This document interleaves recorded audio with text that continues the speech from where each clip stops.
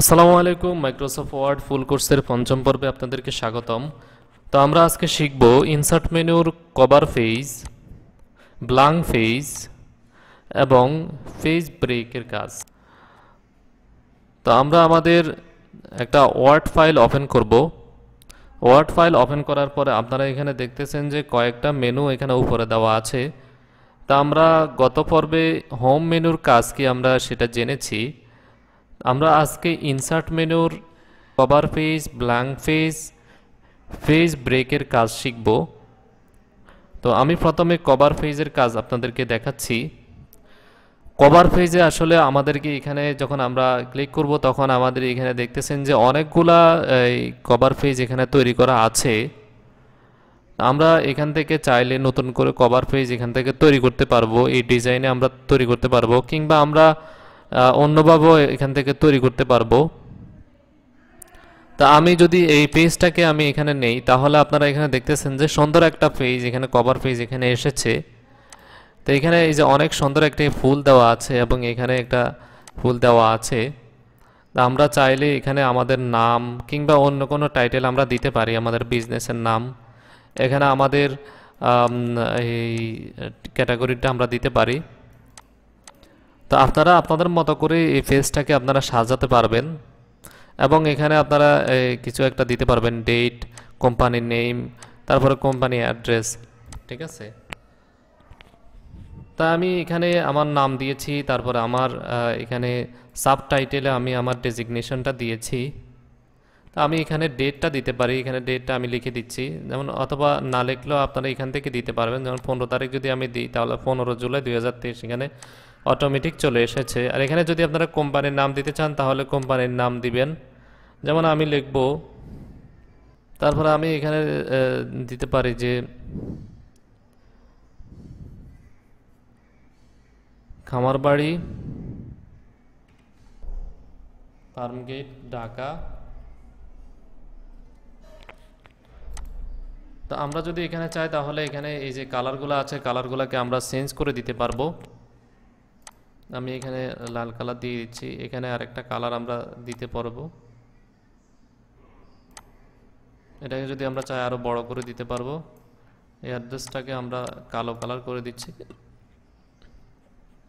তো আপনারা এখানে দেখতেছেন যে অনেক সুন্দর একটা কভার পেজ এখানে তৈরি হয়েছে। আমরা যদি চাই তাহলে এটাকে আরো বড় করে দিতে পারি এবং এখানে একটা কালার আমরা সেটিং করতে পারি,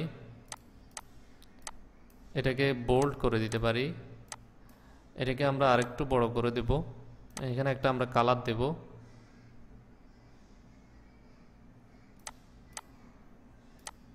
তারপরে এটাকে আমরা এই ফুলটাকে আরেকটু উপরে কিংবা নিচে নামাইতে চাচ্ছি। তো সেক্ষেত্রে আমাদেরকে এখানে এই যে র্যাপে গিয়ে বিহাইন্ড টেক্সটে ক্লিক করতে হবে। ক্লিক করে আমরা এখানে এটাকে যে কোনো জায়গায় আমরা নিতে পারবো। এটাকেও আমরা একটু এদিকে চাপিয়ে দেব। তো আমরা এই যে র্যাপ এখানে যখন ক্লিক করব তখন পরে পিকচার টুলস আসবে, পিকচার টুলস আসার পরে ফরম্যাট আসবে। ফরম্যাটে আপনারা ক্লিক করলে এখানে আপনারা দেখবেন যে র্যাপ টেক্সট আছে। র্যাপ টেক্সটে আপনারা গিয়ে এখানে আপনারা ইন ফ্রন্ট অফ টেক্সট অথবা বিহাইন্ড টেক্সট এটাও দিতে পারেন। তা আমি এটাকে একটু ইয়ে করে দিচ্ছি, অথবা আমি এপাশে এটাকে দিতে পারি, এপাশে এটাকে দিতে পারি, তাও অনেক সুন্দর হচ্ছে এটা। তা আপনাদের মতো করে আপনারা এটাকে আপনারা কাজ করে নিতে পারবেন, আপনারা এই কভার পেজ আপনারা তৈরি করতে পারবেন। তারপর এখন আমরা যদি এর নিচে আরেকটা পেজ নিতে চাই তাহলে আমরা এখানে ইনসার্টে গিয়ে এই যে আপনারা দেখতেছেন যে ব্ল্যাঙ্ক পেজ আছে, ব্ল্যাঙ্ক পেজ আমরা যদি ক্লিক করি তাহলে দেখতেছেন যে আরেকটা পেজ হয়ে গেছে। আমরা এই পেজের ভিতরে আমরা আরেকটা কভার পেজ আমরা এখান থেকে তৈরি করতে পারবো।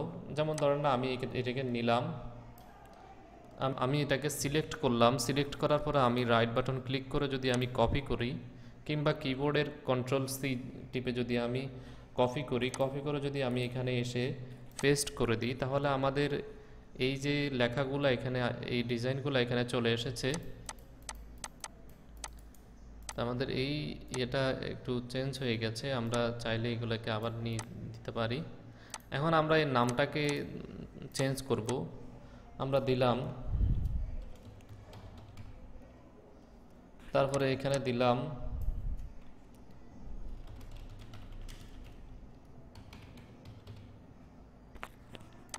ঠিক আছে। তারপরে এখানে আমরা চাইলে ডেটটা চেঞ্জ করে দিতে পারি।